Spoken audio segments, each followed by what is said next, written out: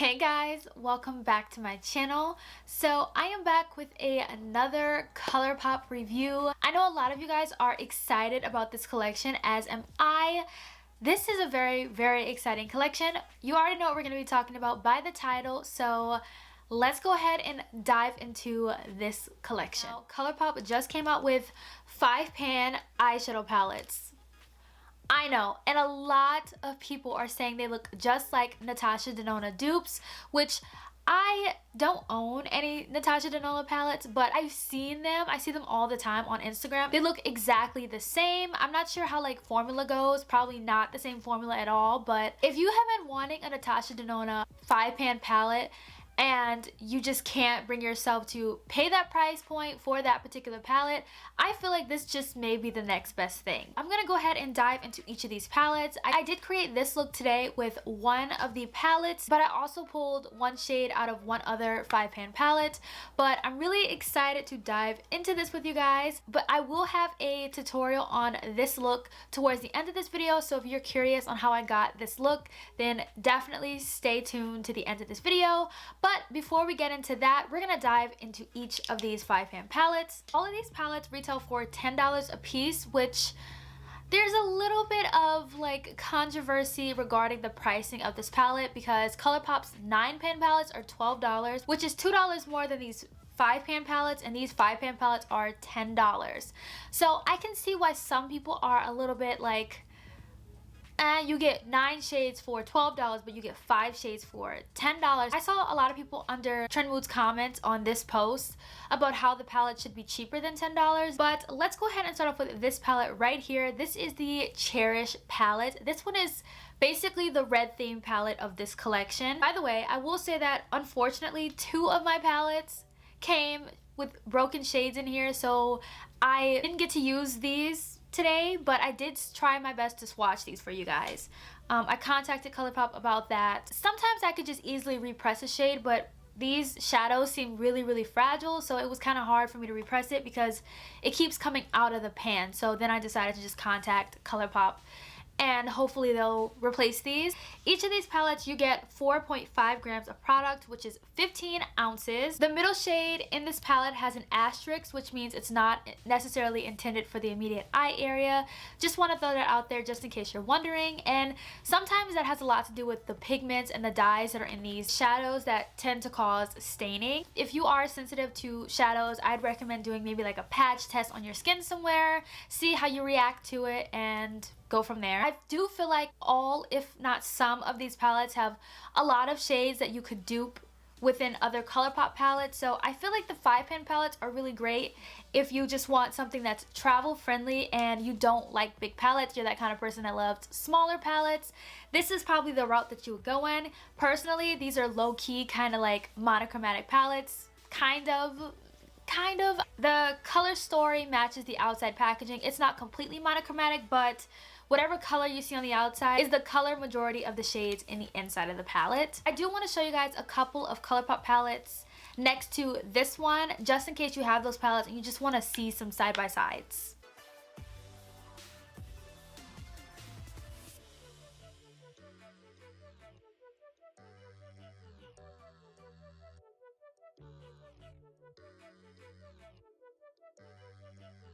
So now that you guys have seen the comparisons, let's go ahead and move on to the Amour palette. Now, I personally feel like if this palette did not have come broken, I would have used this one today, which I kind of low-key think it's a sign because I gravitate to pinks, purples, mauves. That's my thing. I don't normally go to cooler tones, so because this palette was crushed and it was kind of hard to use, I was able to do a cool tone look, which I don't normally do on my channel, so there you go. This one's for you guys who love those cooler tones. This one is personally one of my favorites out of this collection. I think it is absolutely beautiful. It is purple, it is mauve, it is like pink. It's like, this is my kind of color story, you guys. I wish I could have used this one today, but you know, things happen. But I love this one. All of the shades in all of these palettes swatched beautifully. The mattes were beautiful. I only do one swipe swatches. I don't build up the swatches because I want to show you guys what these palettes look like, you know, with one swatch. I'm not gonna like glamorize it, you know. All the swatches you guys see are one swipe swatches and they are so pigmented and so good. This one is definitely one of my favorites out of all of them. I am going to include palette comparisons right now for you guys.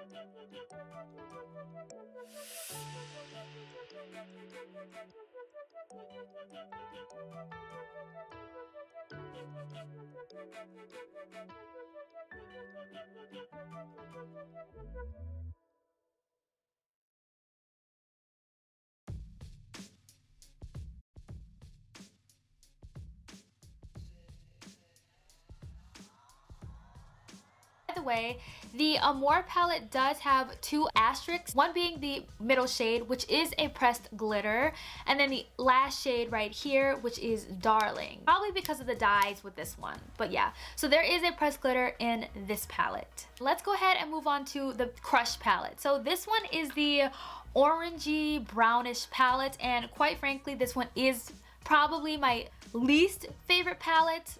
I know, I am a warm tone kind of girl, but I just feel like there's not enough variation within this palette for me, which is why I do feel like this one is kind of leaning on the monochromatic orangey brownish side.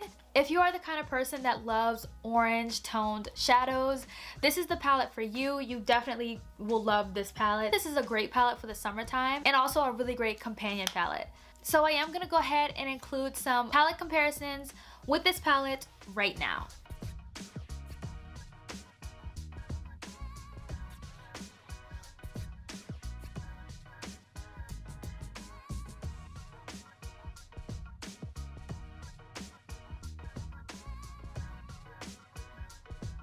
Let's go ahead and talk about the Lyric palette because this one is so beautiful. This one is definitely the most neutral out of all the palettes, and oh my god, when I look at this palette, it reminds me of the Baroque palette. So I don't know if you guys remember that palette, but I will definitely have that palette within the palette comparisons of this palette, but this one just gives me that kind of vibe. I don't know if it's the pressed glitter within this palette, but it definitely does. Surprisingly, I don't know what it is. Maybe it's a mistake, but this palette does not have an asterisk. This middle shade right here called Unsung is a pressed glitter. Feels like a pressed glitter, but I'm not entirely sure if it's that Colourpop formula where it feels like it's a glitter but you're not calling it a glitter, but that definitely does feel like a pressed glitter. So if you don't like pressed glitters, you may not like this palette, but cannot wait to dig into this one. It took everything in me not to use this one today. I've been doing quite a bit of neutral looks on my channel and I wanted to, you know, change it up a little bit, you know what I'm saying? Here are the palette comparisons for this palette.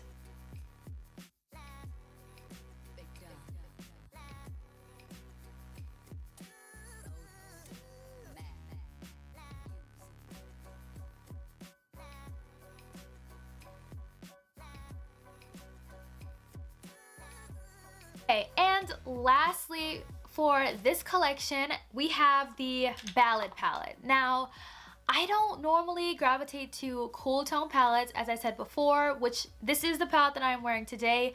I had a lot of fun playing with this palette, but, let me just say that a lot of these palettes have mattes with glitter, and this one in particular has two mattes with glitter.